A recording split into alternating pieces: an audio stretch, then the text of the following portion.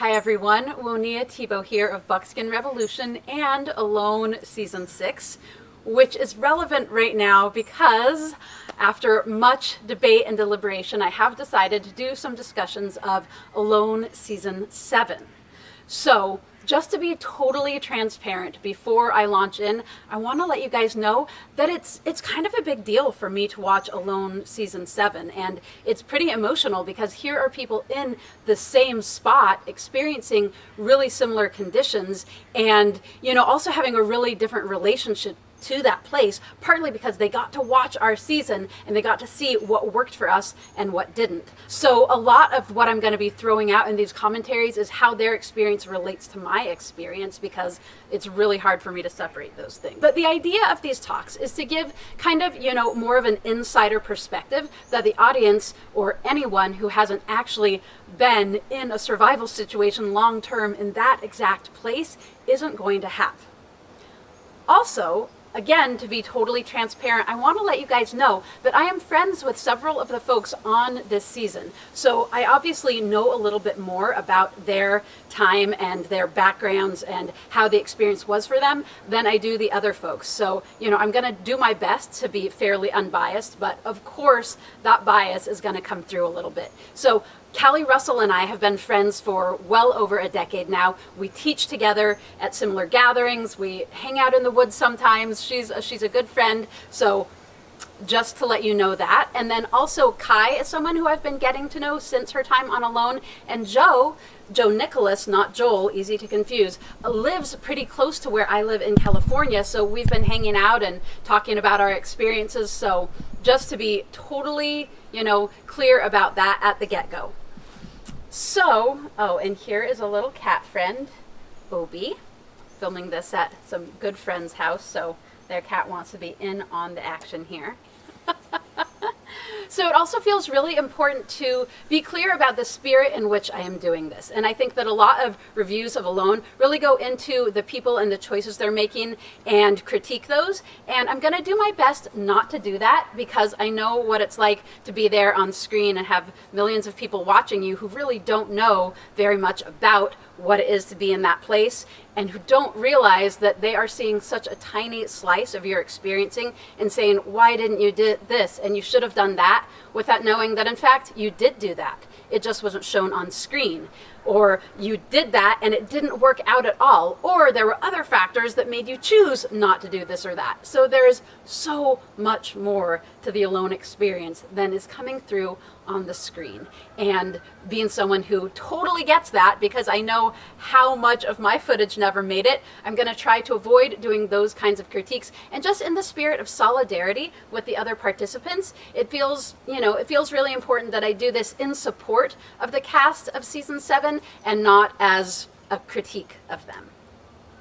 So, that said, let's talk about Alone Season 7. Oh my goodness.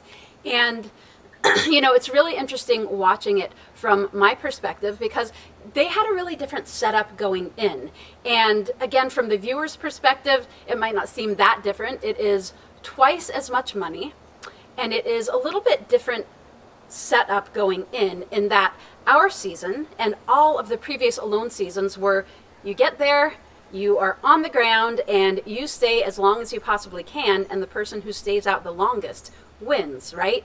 That's the only goal, to be out there as long as you can, and ideally longer than the other folks out there. Season 7 is really different, having a specific cutoff date, right? The goal is a particular time frame, and so it's more relative to you and your experience in that place, whereas the other seasons were more relative to everyone else out there. That's really, really different. And it's very mentally different, knowing that you are trying to get to a particular time goal, like 100 days, rather than indefinite.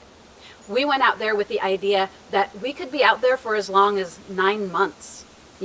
Obviously, in a place like the Arctic, when you are launching in the transition between fall and winter, that's not super likely, but that's the idea. And I went in really preparing to spend the whole winter out there.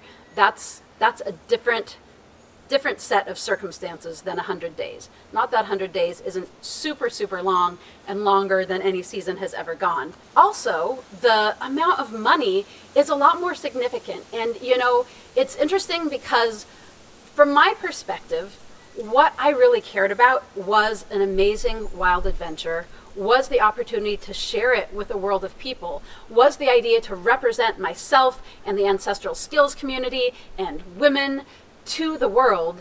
And the money, sure, it would have been great to win, and I knew that that would have been representing myself really well, but it really wasn't about the money to me. And to my mind, once you make it this $1 million challenge, our culture has this thing about $1 million, you know, Dr. Evil, $1 million, and, you know, being a millionaire and all of that. You know, there's a lot of mental, emotional baggage that comes with the idea of $1 million.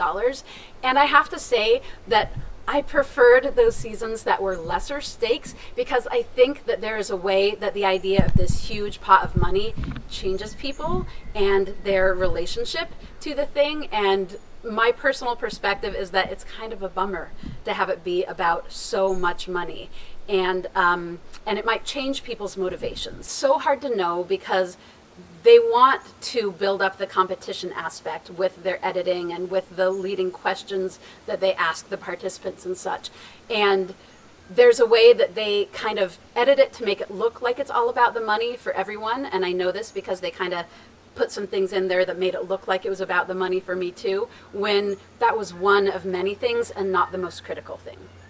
As soon as it's $1 million, it kind of makes it a bigger deal. And who knows, you know, whether it's editing or whether it's that mental shift that happened in people. So just wanted to address that. There's a lot of background when we start talking about episode 1, right? Because it's the first one and it's launching into this whole new thing and whole new season. So there it is. It is episode 1. It is launch day for the $1 million challenge in the Arctic. And when they first pan in on that group standing on those cliffs, it's such a great shot because it gives you such a good idea of the real intensity and starkness of that landscape. You see those incredibly steep cliffs and that huge lake, and you see how little vegetation there is in that area, right? It is mostly bare rock. There's some forest, but, you know, we are looking at a very, very plant scarce area. Also, you can tell that it is already well into fall. You can see all of the yellow and the orange colors in those trees and know that they're heading out at a time where a lot of the plant resources are already on their way out. This was true in our season too. So there they are, waiting for that helicopter to come and bring them to their spot. And what a feeling, right? It is the moment that you are leaving this big group and all that camaraderie of being in a group about to go into this challenge and then getting plucked away from that group and carried you don't know where and then dropped by yourself in the wilderness. And really fascinating to watch this group and just how much it brings me right back to that exact sensation of crawling into the helicopter and getting whisked away, and the sensation of my buckskin pants being really tight on me as I was crawling into that helicopter because I had put on so much weight in order to go out and have some extra body fat to burn. But yeah, that feeling of just sailing like a bird over that wild landscape, not knowing what you're going to be encountering, is amazing. And I can really feel that in all of the participants. So we met all of the participants very briefly in their launch. Roland, Keith, I'm looking down at my notes here, forgive me, Joe, Joel, Kai, Corey, Callie, Mark, Amos, and Sean. So those are the participants of season 7, and I have to say, what an amazing and impressive group of people, right? As a participant on Alone, I was definitely eagerly waiting for the cast list and learning about the folks, and I feel like this was the most qualified and experienced group that has been on this season, and the bar is just getting raised every season in terms of the caliber of folks as the show gets more popular and more people apply. And you heard folks talking about it on the show, that Alone is kind of like the Olympics of these survival shows. And I wanted just to address that real quickly. I know you as fans of the show already know this, but what sets Alone apart is being out there doing all of the filming yourself with no assistance, that is so different than if you have camera people out there. Even if they're not interacting with you, having people around is a drastically different experience, and it's really hard to really feel like it would be as deep a survival thing if there's people who are well fed and in that world of logistics and numbers and times and dates around you. It would really keep you from dropping in. So Alone is really unique in that way, and that's what some of what you can hear the folks talking about. So the first thing that we see of someone on the ground is Sean getting dropped at his spot.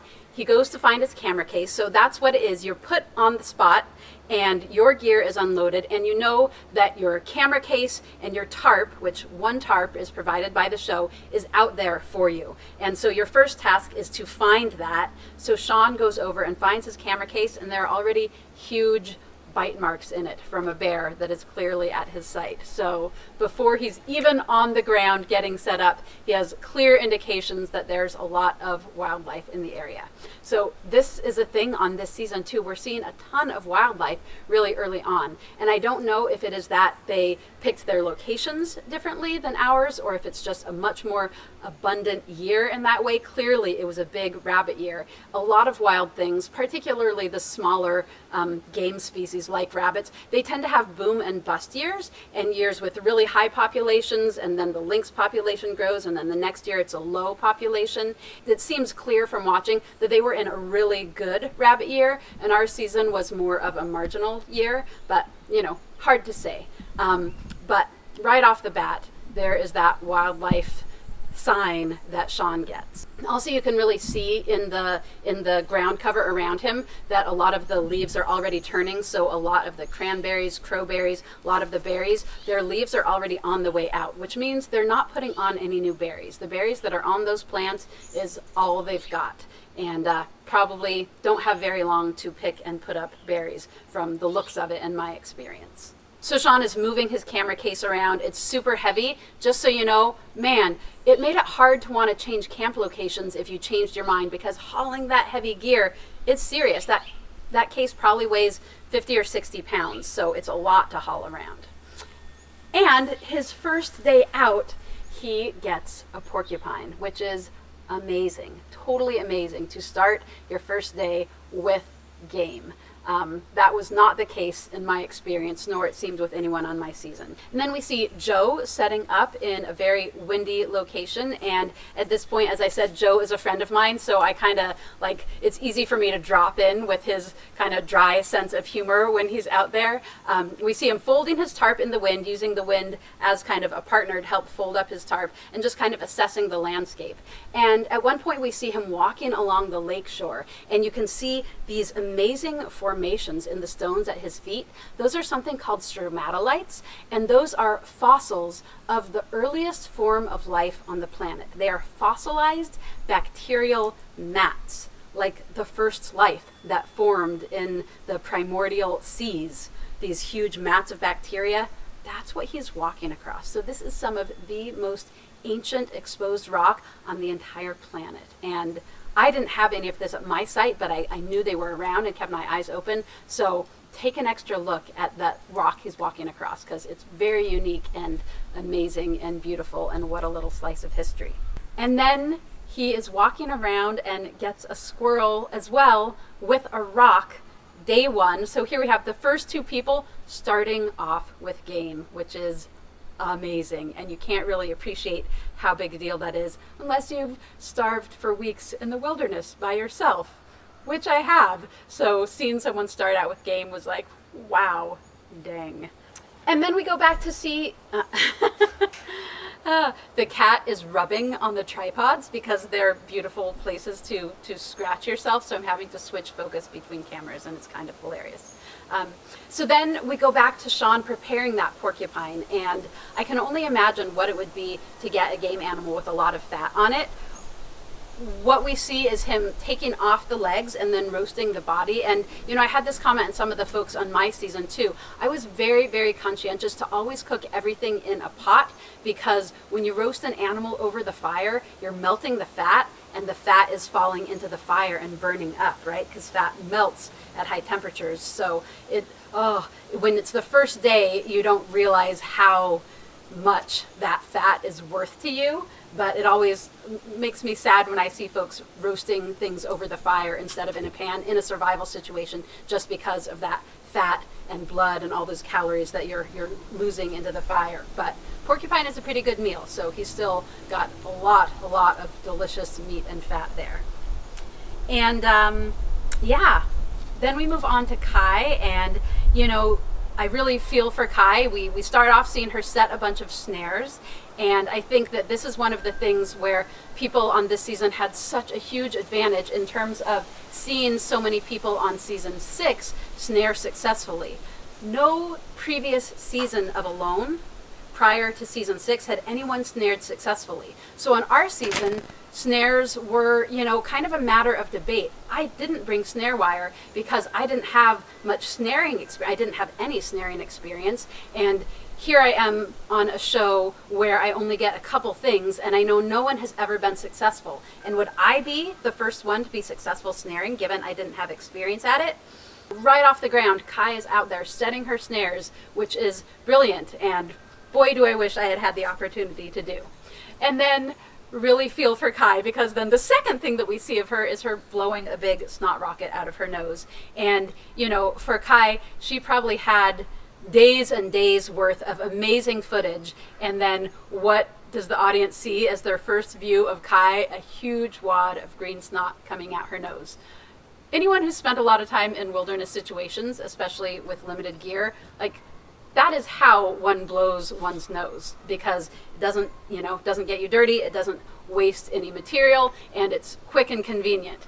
But there have already been all kinds of comments about how gross a thing that was for her to do, and it's a very, very practical thing for her to do, and I feel badly for her that is kind of how she is seen and known in alonedom. Kai is incredibly prepared for experiences like this, given she lives in northern Canada and runs trips teaching people to do survival in extreme environments, teaching people to run trap lines, teaching animal processing and hide tanning. So she is rocking it out there, starting to set those snares from day one, and she really knows what she's doing in this climate. So all eyes on Kai for this season. And there, even within the first episode, she has caught a rabbit, and unfortunately, she set the snare a little large for a smaller rabbit, and it wasn't dead when she came to the snare, which is a thing that happens. And it definitely happened to me out there as well. It didn't get shown, but it's a horrible feeling to find an animal in distress still alive in your snare. And the thing to do is just dispatch it as quickly as you can. This happened to me twice out there because my snares also were a little bit big, and the rabbit had gone all the way through and then triggered the snare, so it got lifted, right? Because I had to use lifting poles because all of my snares were fishing line, which the rabbits could snip through. So I had to get them up and off of their feet for my snares to be successful. So I had some cases where rabbits went through and then didn't trigger the snare until their hips, which are bigger than their neck, were in it. And so they were lifted up and dangling from their hips, from their back legs, which is not a fun way for that rabbit to be in captivity for that amount of time. So, I would bring a club around with me, and just a good solid whack on the back of the head right behind the ears is the quickest and most humane way to dispatch a rabbit. But rabbits are screamers.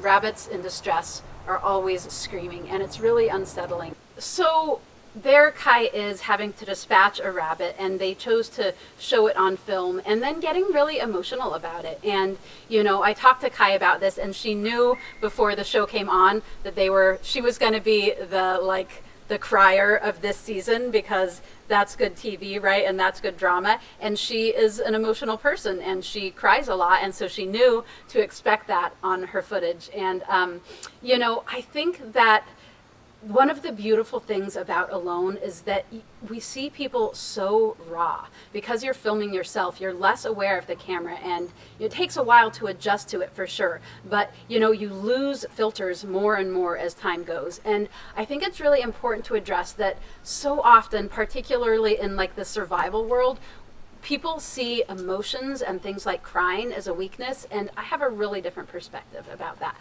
I think that it's really, really important, especially for long-term wilderness living, to let your emotions come through, not to clamp down on that stuff, to just be real and authentic and really feel what you're doing and feel that you're there. And what a gift to that rabbit to have her be emotional about it passing, and to, when you're actually interacting with an animal's death, it's a really different thing than when you find a dead animal in your trap.